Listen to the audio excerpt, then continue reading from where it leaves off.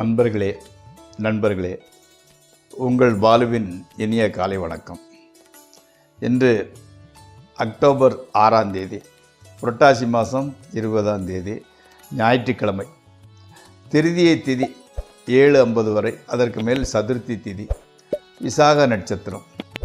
ராகு காலம் சாயங்காலம் 4:30 6 வரை, யமகண்டம் மத்தியானம் 12 1 வரை. நல்ல நேரம் காலையில் 7:45 to 8:45, சாயங்காலம் 3:15 to 4:15. சந்திராஷ்டமம் இன்றைக்கி கூட மீன ராசிக்காரங்களுக்கு தான். கலர் அணிய வேண்டிய உடையின் நிறம் பிங்க் அல்லது மெரூன். தவிர்க்க வேண்டியது ப்ளூ கலரு. சாப்பிடுவது ஸ்வீட்டு, அந்த கேசரி அல்லது கொண்டக்கடலை, அந்த சன்னா மசாலா சாப்பிட்லாம். கொண்டக்கடலை சுண்டல் மாதிரி பண்ணி சாப்பிட்லாம். இப்போது நம்ம யோக பலன்கள் பார்த்தோம் இல்லையா? இப்போ யோக பலன்கள் ஆயிடுச்சு. மேக்சிமம் ஓரளவு யோகங்களை பற்றி சொல்லிட்டோம். இப்போ சிலரை பெரிய அதிர்ஷ்டசாலிகள்னு சொல்கிறோம் இல்லையா? அந்த ஜாதகத்தில் என்ன மாதிரி கிரகம் இப்போ இருந்தால் ஜென்ரலாக வேறு அது இது எதுவும் அதிர்ஷ்டசாலின்னு சொல்லலாம் அப்படிங்கிறத பற்றி பார்க்கலாம்.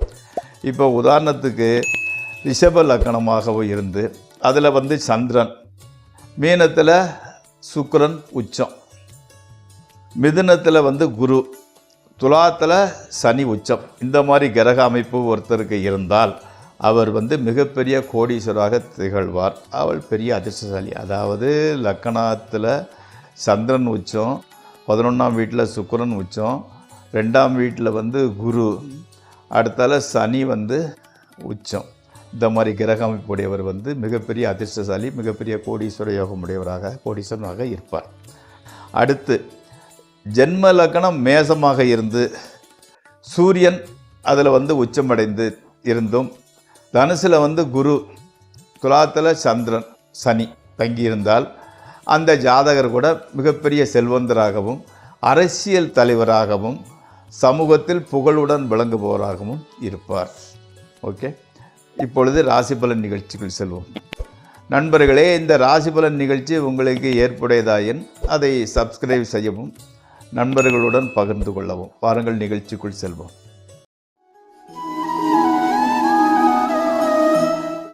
முதலில் மேசராசி.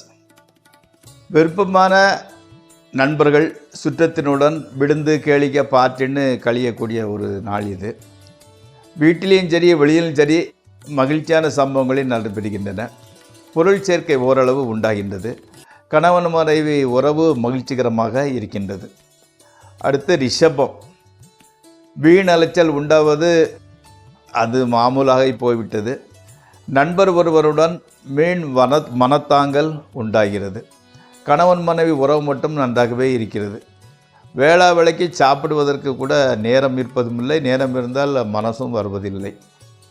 ஸ்பெக்குலேஷன், ட்ரேடிங் ஆகியவற்றை தவிர்க்கவும். மகள் அல்லது மகன் மூலம் பணவரவு உண்டாகிறது, மகிழ்ச்சி கிடைக்கிறது. அடுத்து மிதுன ராசி. தீயினாலும் ஆயுதங்களினாலும் அபாயம் ஏற்பட வாய்ப்புள்ளது. எச்சரிக்கையுடன் இருங்கள். நண்பர்களுடன் பேசக்கூட உங்களுக்கு நேரம் கிடைக்கவில்லை. ஸ்பெக்குலேஷன், ட்ரேடிங், அதாவது லாட்டரி சூதாட்டம் போன்றவற்றில் ஓரளவு லாபம் வருகிறது. கணவன் மனைவி உறவு பரவாயில்லை. எச்சரிக்கையுடன் இருங்கள். வரவும் செலவும் ஈக்குவலாக சரிசமமாக இருக்கிறது. அடுத்து கடகராசி. வீண் கவலையினால் உடல்நலம் கெட வாய்ப்புள்ளது. தேவையில்லாமல் மனதை குழப்பிக்கொள்ள வேண்டாம். மக்களால் செலவு அதிகம் ஏற்படுகிறது. உத்தியோகம் ஏற்ற இறக்கமில்லாமல் அது ஒரு சுமூகமாக உப்புச்சப்பு இல்லாமல் தான் போய்கிட்டு இருக்குது. புதிய வாங்கணும்னு நினச்சிக்கிட்டீங்க, அது தடங்களாகிட்டே போய்கிட்டு இருக்குது. அடுத்து சிம்மராசி. சில நல்ல பலன்கள் நடைபெறப் போகின்றன. நிறைந்த மன நிம்மதியும் மகிழ்ச்சியும் ஏற்படுகிறது. நண்பர்கள் உறவினர்கள் ஆதரவும் எதிர்பார்ப்பாத வகையில் பொருள் வரவும் உண்டாகின்றது. மனைவி மக்கள் மகிழ்ச்சியாய் கொடுப்பவர்களாக இருக்கின்றார்கள். ஸோ இது சிம்ம ராசிக்கு ஓரளவு நல்ல பலன்களை நடக்கின்றன. அடுத்து கன்னி. பொன்பொருள் சேர்க்கை உண்டாகின்றது. புதிய வீடு வாங்கும் இது முடியவில்லையா என்றால் வீட்டை புதுப்பித்தல் ஆகியவை நடக்கின்றது. ஸ்பெக்குலேஷன் ட்ரேடிங்கில் நல்ல லாபம் கிடைக்கின்றது. குடும்பத்தில் சுபகாரியம் ஒன்று நடக்கப் போகிறது. சந்தோஷமே மகிழ்ச்சியான சூழ்நிலையே நிலவுகிறது குடும்பத்தில். அடுத்து துளாராசி.